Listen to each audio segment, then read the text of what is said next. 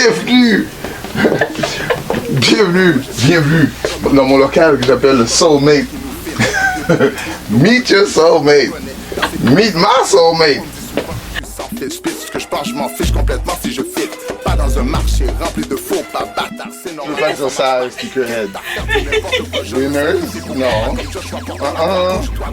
Seigneur.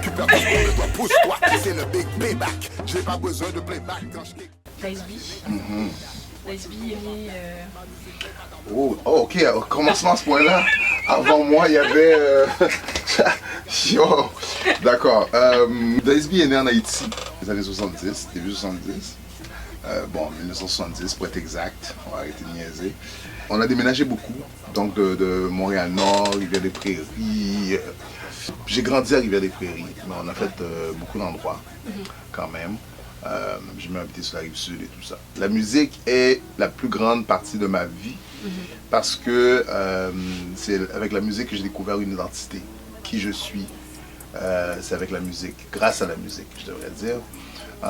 Parce qu'on a de la famille aux États-Unis, donc j'allais aux États-Unis très petit pour faire du commerce.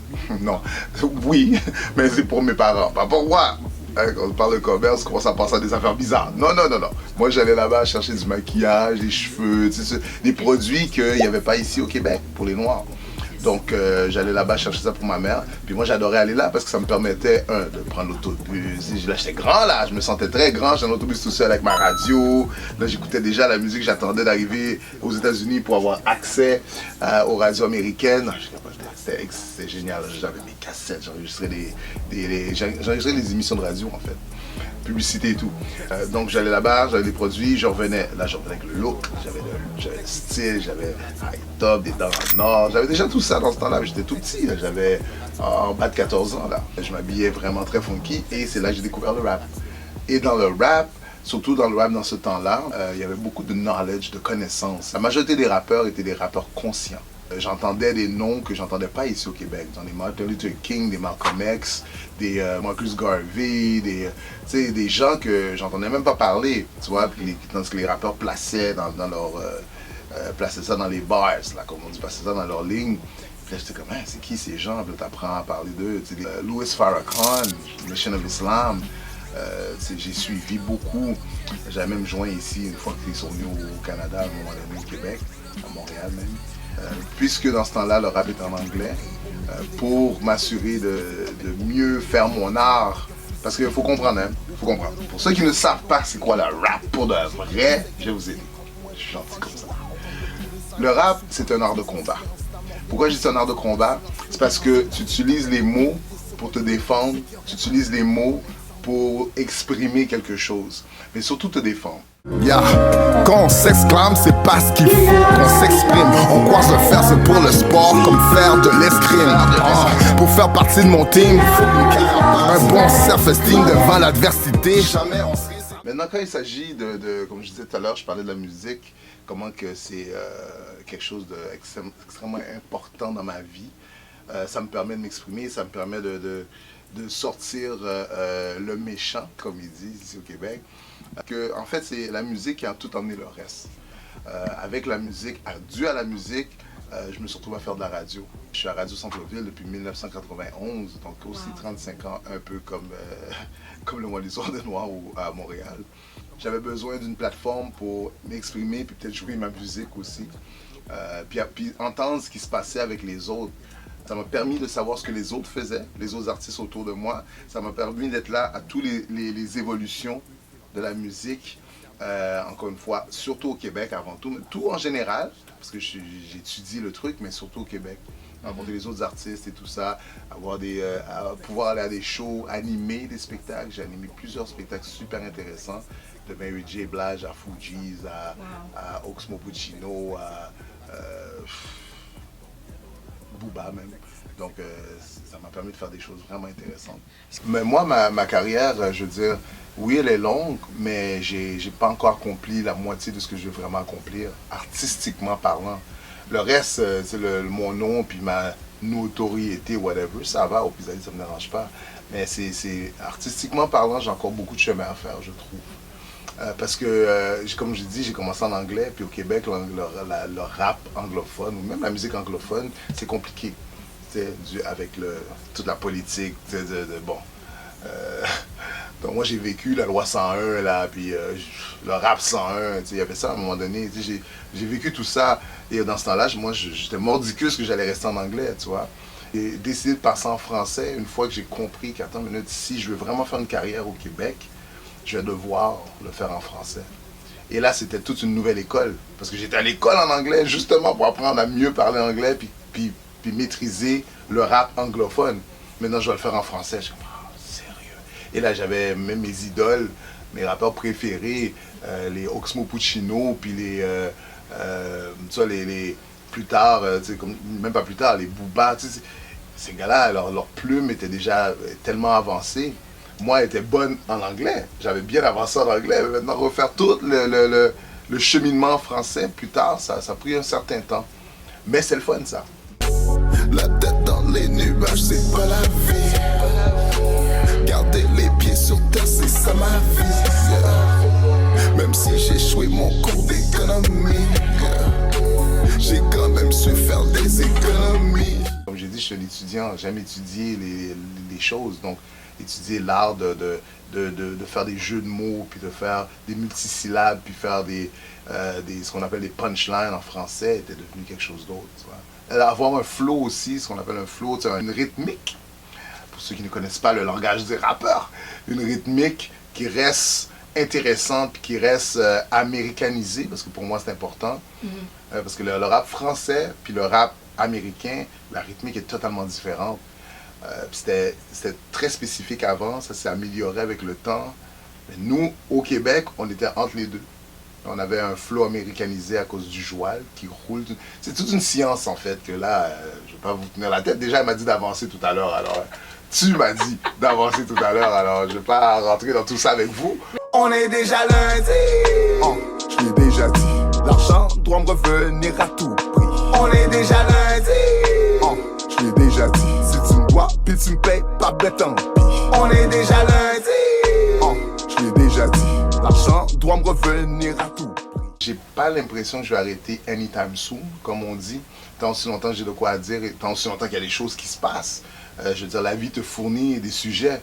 Et c'est là la différence entre le rap que nous on fait, les OG, les vieux de la vieille, et les jeunes de nos jours. C'est que nous, on s'inspire de la réalité de la vie, de la société dans laquelle on vit. On cherche moins à s'inventer des vies. Il y a assez de choses qui se passent dehors pour avoir des bons sujets à parler. C'est pas obligé de créer, d'inventer des trucs qui sont pas réels. Donc, tant qu'il y a des choses à dire, je pense que je vais rapper. Tant aussi longtemps que j'ai une voix, puis je peux me le permettre, je vais le faire. J'ai sorti un EP il n'y a pas longtemps. Il s'appelle Dice Boogie, volume 1. Dice Boogie parce que c'est très drôle, parce que le beatmaker, le producer, celui qui a fait des instrus, parce que je ne fais pas d'instrus, je suis un écrivain, un artiste, qui cru. Mais celui qui fait la trame sonore, encore une fois, pour ceux qui ne parlent pas rap, il s'appelle DJ Boogie. Puis moi c'est Dice B. Puis dans le temps, quand je dansais, parce que moi j'ai fait les éléments du rap, j'ai dessiné, j'ai breaké, j'ai DJ un petit peu, je suis pas très bon, DJ un petit peu, j'ai rappé, je rappe toujours. Et quand je breakais, quand je dansais, mes gars m'appelaient oh, Dice Boogie. Parce que c'est Dice B, Boogie. Boogie, c'est danser, en créole, c'est danser grave, là. Tu vois les boogies. Dans le milieu du rap, Boogie, c'est aussi danser, mais c'est bon. C'est toute une historique derrière ça. Encore une fois, on me dit d'avancer, je ne vais pas rentrer dans ça non plus. Écoute, non, moi j'écoute. Non, j'écoute moi. Donc, et d'ailleurs, Dice B, ça a évolué dans le temps, quand j'ai commencé. Mais Dice B veut dire dropping intelligent conversation easily. Puis le B, c'est beautiful, black. T'as pas de temps faire, je te montrer comment faire. Donne-moi la main. L'histoire des Noirs, cette année, tu as été désigné, puis tu as accepté d'endosser le rôle de porte-parole francophone. Oui. Qu'est-ce que ça évoque pour toi? Qu'est-ce que le mois d'histoire des Noirs, ou plutôt être porte-parole francophone du mois d'histoire des Noirs, évoque pour moi? Ben écoute, déjà c'est une fierté qu'ils m'aient choisi moi, Ça me fait extrêmement plaisir. En fait, ça veut dire que je suis comme le 35e. Je ne sais pas si je ne suis pas au courant des autres auparavant, mais on va dire que ça fait que moi le 35e. Bon, c'est bien. 35 ans, c'est pas mal. Et ensuite, ça coïncide parfaitement avec les 35 ans de mon émission Nuit Blanche. Ça aussi, c'est cool. Je veux dire, c'est un rôle important. Ça m'a pris du temps à bien le comprendre, hein, parce que je suis pas le genre de personne qui s'enfle la tête avec quoi que ce soit. Tu vois, ma musique est la chose qui m'importe le plus. Tout le reste, je le fais parce que c'est naturel pour moi de faire. Donc, je me pose pas trop de questions. Alors, quand ils m'ont proposé ça, j'ai dit, ah, ok, c'est cool, c'est vrai, je suis là depuis longtemps. Tu sais, j'ai dû, genre, pourquoi moi taper shit, là? Oups, excusez. J'ai dû un peu, puis après ça, ben, c'est clair, ça fait tellement longtemps que je suis là, ça fait du sens. Puis, et aller dans les gros événements comme le lancement, puis ce qu'on a fait, rencontrer la mairesse et tout ça, signer le livre, bien que je l'avais déjà signé avant. Mon nom est là. J'ai oublié de le chercher, j'aurais dû faire ça, ça a été très drôle. Mais j'avais déjà signé, fait que c'est cool. Encore tout ça est cool, je ne veux absolument pas rien diminuer, c'est super cool. Puis de faire des entrevues comme là, ça c'est le fun aussi, parce que j'ai l'air de bien aimer parler de moi-même, mais en effet, non. Je fais des entrevues, j'interviewe les gens, je ne parle pas de moi, habituellement. Donc, le mois de l'histoire des Noirs, c'est important, c'est énorme, parce que ça, comme je disais auparavant, comme je disais avant, notre connaissance de nous-mêmes, en tout cas pour moi, encore une fois, je vais parler de moi, mais bien que mes amis autour de moi, c'est la même chose. La connaissance de nous-mêmes, nous, on l'avait en allant aux États-Unis, en écoutant le rap américain, la culture américaine était là qu'on recevait un reflet de nous-mêmes. Il n'avait pas ici au Québec. Ici au Québec, le reflet qu'il nous envoyait était très négatif. Donc, il n'y avait rien au Québec qui parlait de nous, ni dans l'école, ni sur les bancs d'école, ni dans les rues, ni à la télévision, il n'y avait rien. Fait que où est-ce que tu allais trouver une identité ou quelque chose qui pouvait te faire te sentir accepté, te sentir bien même dans ta propre peau? C'était les Américains, c'était les Afro-Américains. Donc je leur dois beaucoup en vérité. Hein. C'est les Afro-Américains. L'identité hip-hop, c'était ça. C'est pour ça que c'est mon identité, il n'y a rien à faire. C'est tellement ça que j'ai fait des films, j'ai joué dans quelques films haïtiens aussi, tu vois, des low budget là. Puis le directeur était comme, ok, mais arrête de marcher comme un rappeur. Ok, quoi? Alors, non, regarde, là, t'es un businessman, ben j'ai dû arrêter. Et parce que je pensais pas à ça du tout. J'avais mon soute et tout, j'avais même pas les mêmes lunettes, j'avais, bon, voilà, je jouais le rôle. Mais ma démarche était toujours, je suis comme, ah, waouh, c'est à ce point-là que c'est dans mes gènes. Je ne l'ai même pas remarqué. C'est une petite affaire, mais bon.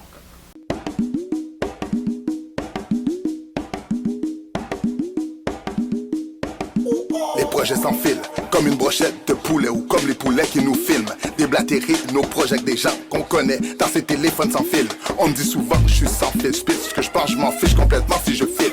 Pas dans un marché rempli de faux pas bâtard, c'est normal que ça marche pas. Quitte à faire du n'importe quoi, je me sacrifie, pourquoi pas comme Joshua portant la croix. Couche-toi, bouge pas. J'ai plusieurs projets pour 2026. J'ai un autre EP qui sort, Dice Boogie Volume 2. Voilà. Si on fait un, on va faire deux. Je ne sais pas si on va faire une trilogie, je suis pas sûr. Mais on va au moins en faire deux. Dice Boogie Volume 2, d'ailleurs, il y a un extrait qui sort très bientôt avec mon frère. Parce qu'il y a mon frère qui rappe. Dans le groupe qu'on avait formé, c'était un autre de mes amis et mon frère. Donc, on était trois dans Cap Blues.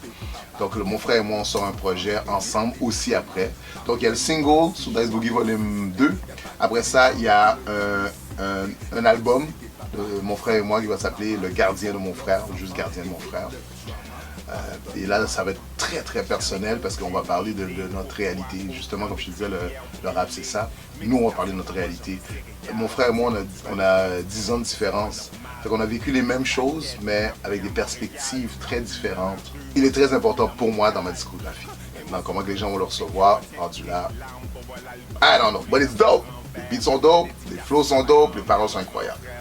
Puis ensuite, oui, j'ai un album que je travaille dessus depuis maintenant presque 5 ans quasiment, que je ramasse des morceaux. Cet album va s'appeler Pas d'idole, que des rivaux. Ah, mais des gros titres, hein. Pas d'idole, que des rivaux. Non, ça, fait que ça, c'est ça qui s'en vient pour 2026. Dans les cités, y a aussi des mamans qui sont des papas, qui font que leurs enfants évitent les dramas. Quoi, Meet Your Soulmate? Oui. Meet Your Soulmate? Oui. Ben, parce que c'est un jeu de mots que j'ai trouvé tellement cool. C'est pas moi qui l'ai inventé. Ça venait avec la boîte, en fait. On me l'a envoyé, j'ai trouvé ça tellement cool. Parce que, bon, soul, pour la semelle. Soulmate, c'est un jeu de mots parce que ton soulmate, c'est ton âme sœur. Soul, semelle, hein, rencontre ton âme sœur. Rencontre ton âme sœur. Oh, ils ont tellement raison. Il a tellement raison. J'ai trouvé ça tellement cool qu'à chaque fois que je l'ai trouvé, je l'ai gardé. Fait que voilà. Ma fille, quand elle était toute petite, elle appelait ça le Dice Store. Elle m'avait fait un petit dessin là, qui a disparu. Mais c'est un dessin, puis c'est écrit le Dice Store. J'étais comme, oh, tellement qu'elle avait déjà compris. Sneakerhead. Sneakerhead. Oui, je suis un sneakerhead. Je suis un sneakerhead, mais je suis pas un hype beast. Parce qu'il y a une différence. Un hype beast, c'est ceux qui achètent des choses juste parce que ça a de la valeur. Soit quand les Yeezy 360 sont sortis, ben, ils valaient énormément d'argent et les gens se procuraient, les achetaient pour les revendre sur le marché et faire du profit. Moi, je suis pas comme ça. Okay. D'ailleurs, ma femme m'en parle tout le temps. Elle dit, mais tu pourrais en vendre, on ferait plus d'argent. I'm like, elle comprend rien. Mais, non, au plus aller, je vais les laisser pour mes enfants quand je serai trop vieux puis je vais partir. You know what I mean? Puis eux feront ce qu'ils veulent avec. Mais non, moi, je les porte. Je les porte, mes sneakers. J'essaie de les laver, comme on a dit, hein, tu vois. Mais ceux-là aussi, hein. En tout cas, c'est correct, c'est pas grave. Non, fais pas! Coupez! Seulement, je les nettoie, je les lave avant de les serrer. Tu vois, plus possible, plus possible. Mais pas trop proche, ça va, ça va. Je mets un truc pour protéger la semelle, le talon, parce que ça s'appelle les heel drag, parce qu'on a tendance à, on marche pas droite, là, on a tendance à ruger un peu. Puis moi, ça me tue, je suis pas capable. Fait que j'ai trouvé un truc pour les protéger. Voilà. Maintenant, il y a des paires qui ont plus de valeur que d'autres. Il y a des paires qui ont des valeurs émotionnelles, sentimentales.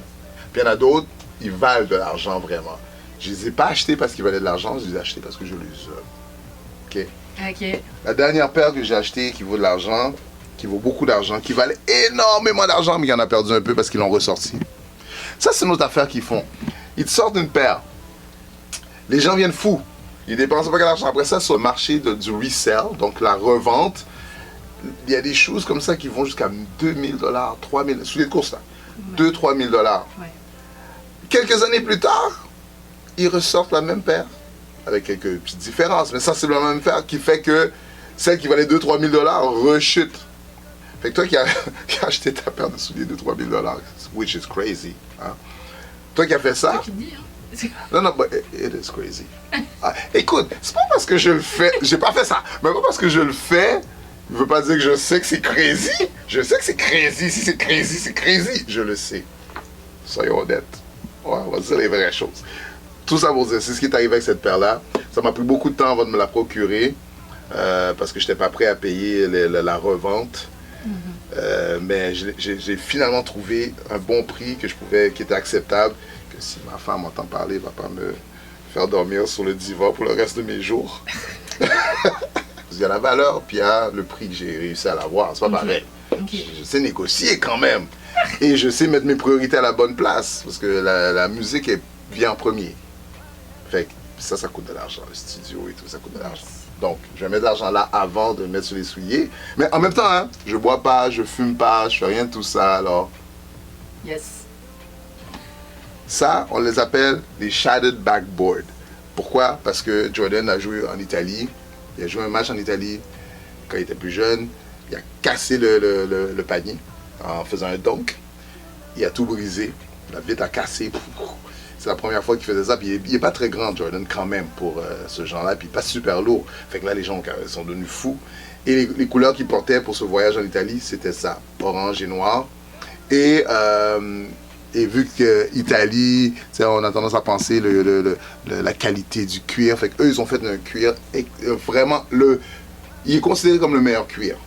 Ce qui n'est pas nécessairement vrai. Mais c'est considéré comme le meilleur cuir. Souple, super souple. Je te ferai toucher un jour. Pas maintenant. Et voilà. Ah non, pas maintenant. Donc, voilà la paire que j'ai attendue longtemps. Combien t'as de paires Combien de paires que j'ai, tout dépend de qu'est-ce qu'on parle. Si on parle de paires en général, j'ai dépassé la centaine depuis un petit moment déjà. Si on parle de paires en général. Ouais. Maintenant, si on parle des Air Jordan 1, ce qui est ça, Air Jordan 1, je pense qu'en Air Jordan 1, je suis rendu à 100 là, moi aussi. Pas loin, une centaine. Ils sont pas tous là, j'en ai, comme je vous ai dit, dans le garage. Hein, parce qu'à un moment donné, il n'y a plus de place. Je voulais prendre ce local-là, je voulais prendre cette place-là pour mettre des choses. Mais là, on m'a dit non.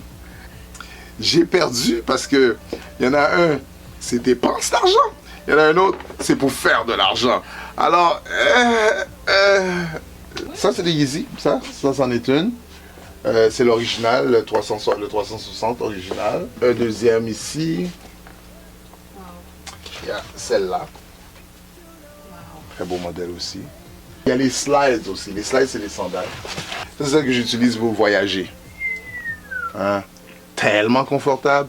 Mais ta paire, là, elle ressemble un peu à la paire de chaussons que je porte, non? Non, du tout. Oh mon Dieu. Oh Seigneur. Ça là, ça s'achète dans n'importe quel magasin. Ça, bonne chance. Hein? Ça, c'est, faut aller négocier, faut aller fouiller, faut aller sur l'internet. Ça, je sais pas pourquoi on continue à parler. On devrait peut-être parler maintenant. L'interview est terminée. Sortez de bon endroit. Sérieux, compare ça à ça. Ça, c'est confortable quand même. Mais non, non, vraiment, ça ne se compare pas. Pourquoi ceux-là sont importants? Pas les mids nécessairement, mais cette couleur-là, là, ça s'appelle les Breads. Okay? Bread, le noir et rouge, c'est une des premières paires que Nike a créées pour Michael Jordan. Et ça a créé toute une tollée quand c'est sorti parce qu'il n'y avait pas le droit d'avoir des souliers de différentes couleurs comme ça sur le terrain. Tout le monde avait des souliers blancs, juste blancs avec peut-être une couleur pour rappeler l'uniforme, mais tu n'avais pas le droit d'avoir de souliers de course de couleur. Puis lui, il arrive sur le terrain avec une paire de souliers noirs et rouges. Ça fait comme... les gens de la NBA, la Ligue de basket, ont voulu lui faire payer une taxe à chaque fois qu'il mettait cette paire sur le terrain. Et il a utilisé ça pour créer tout un gros marketing autour de ça. Pas lui, Nike. Nike sont smart. Mais tu sais, l'histoire là, l'histoire de Nike et tout ça, puis de Jordan, c'est une histoire que vous devriez aller checker. Vraiment. Même si vous n'êtes pas un sneakerhead, il y a un film là-dessus, c'est génial. Ses parents ont fait des choses magiques. En tout cas, les Breads, j'en ai plusieurs. Je suis un vrai fan des Breads. Ça, c'est les patterns. Ils sont tellement nice. J'en ai deux comme ça. Ça, c'est... Ouais. Ça, c'est les patterns. Il y a beaucoup de monde qui n'aimait pas. Parce qu'ils n'aimaient pas le fait que ce soit shiny comme ça, que ça ressemble à des bottes de pluie. Ils n'ont pas tort. Mais, dans les vidéoclips, ça, c'est mon excuse aussi. Parce que vu que je fais de la musique, vidéoclip, j'achète des choses pour dire non, c'est pas la vidéo. Ma femme est comme, yeah, whatever. Whatever. Juste pour vous. Là, j'ai retiré dans mes pieds juste pour vous. Ça d'ailleurs, celle-là est spéciale parce que ça, c'est Chicago, les Bread. Et ça, c'est UNC, quand il était au collège. Fait que c'est pour montrer la progression du collège à la NBA. C'est vraiment cool, qu'est-ce qu'ils ont fait. Comme au collège, ils portaient ça comme couleur. Puis à la NBA, ben, ils étaient rendus au Bread. Fait ils ont fait cette transition-là. Puis en vérité, celle-là, là, cette paire-là, c'est pour les femmes. Mais c'est pas grave, on s'en fout. Non, pourquoi tu me regardes comme ça? Moi, je suis pas sexiste, moi je m'en fous. C'est une paire pour femmes. La paire pour hommes, là, elle est comme un peu shiny comme l'autre, là. Non, ça c'est beaucoup plus beau. Et oui, je fais ça des fois, je m'en fous. Hein? J'achète des paires qui appartiennent aux femmes. Et puis...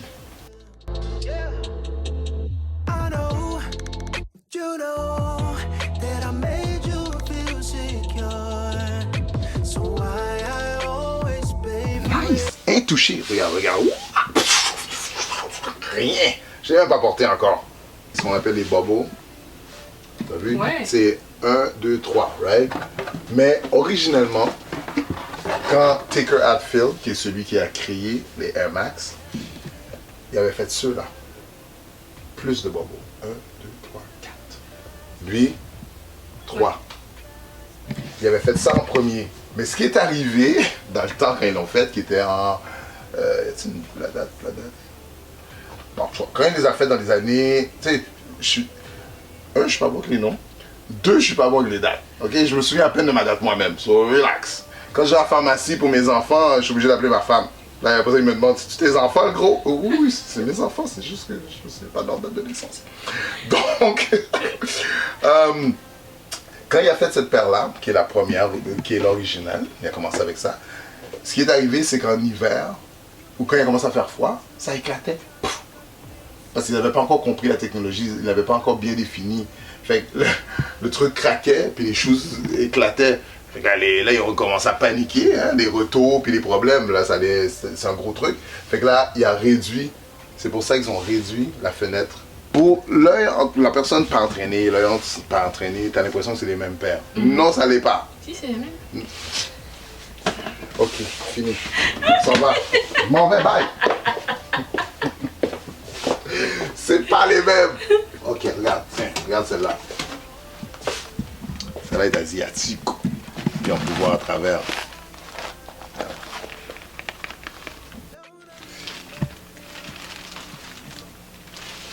Celle-là, c'est ta dispendieuse, mais Ça, dispendieuse comment? Ben, sa valeur. Ouais. Sa valeur, c'est elle va valoir beaucoup. Elle vaut déjà beaucoup, mais elle va valoir beaucoup plus dans le temps. Tu vois, la date de sortie de cette paire originalement, c'est en 1984. Et ce modèle, c'est le Bread. C'est celui qui a créé qui a parti la game pour Nike, qui a parti la game pour Jordan. Mais la qualité du cuir de ça, le modèle lui-même, là, il vaut son pesant d'or. Mais, j'en ai plusieurs. Mais celle-là, je la garde, comme on dit, keep it on ice.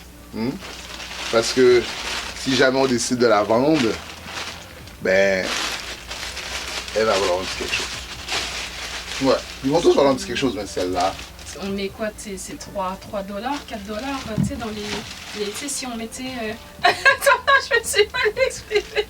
Si je donne pas une valeur exacte.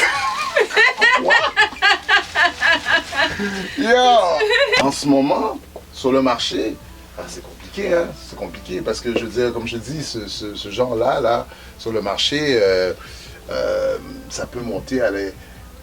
Tu sais, j'ai pas un original. Tu sais, les vieux, ils sont craqués. Tu sais, j'en ai vu à 10 000 $. Des breads comme ça. 10 000 $. Mais ceux que Jean Jordan a porté, genre, presque. Tu comprends? Comme vieux. C'est pas vieux à ce point-là, tu vois, il est une bonne qualité.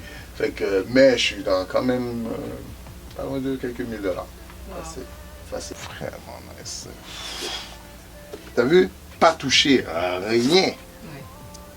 Vraiment belle. Regarde ça. Encore jamais porté. La semelle est un petit peu jaunie parce que ça fait un bout qu'elle est là. Ça, c'est un vieux de la vieille. Tu vois? Il y a des modèles comme ça. Comme je dis, j'étais devenu fou pour les breads. Dès que je les trouvais, je les achetais. Ils sont dispendieux. C'est très dispendieux. Mais, tu regardes, tu vois, celle-là est bon Jean Magané. Il n'y a plus de dents. Tu vois? Regarde. Parle de ça. Ouais. Ça te montre qu'elle a été usée. Celle-là est bon, genre usée. C'est tellement usé, regarde, même ça, c'est presque plus... Ça a perdu du tonus ici. Mais c'est classique. Oui, ils ont fait une erreur à l'intérieur. Tu vois? Regarde. Regarde! Il est où l'autre?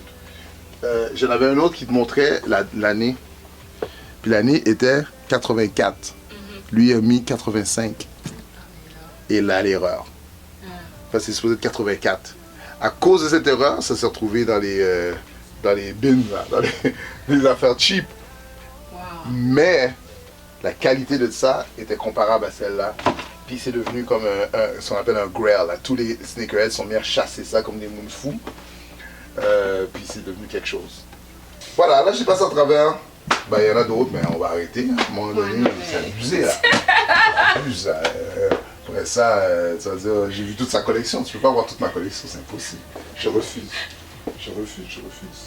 Magnifique. Bah écoute, un grand merci.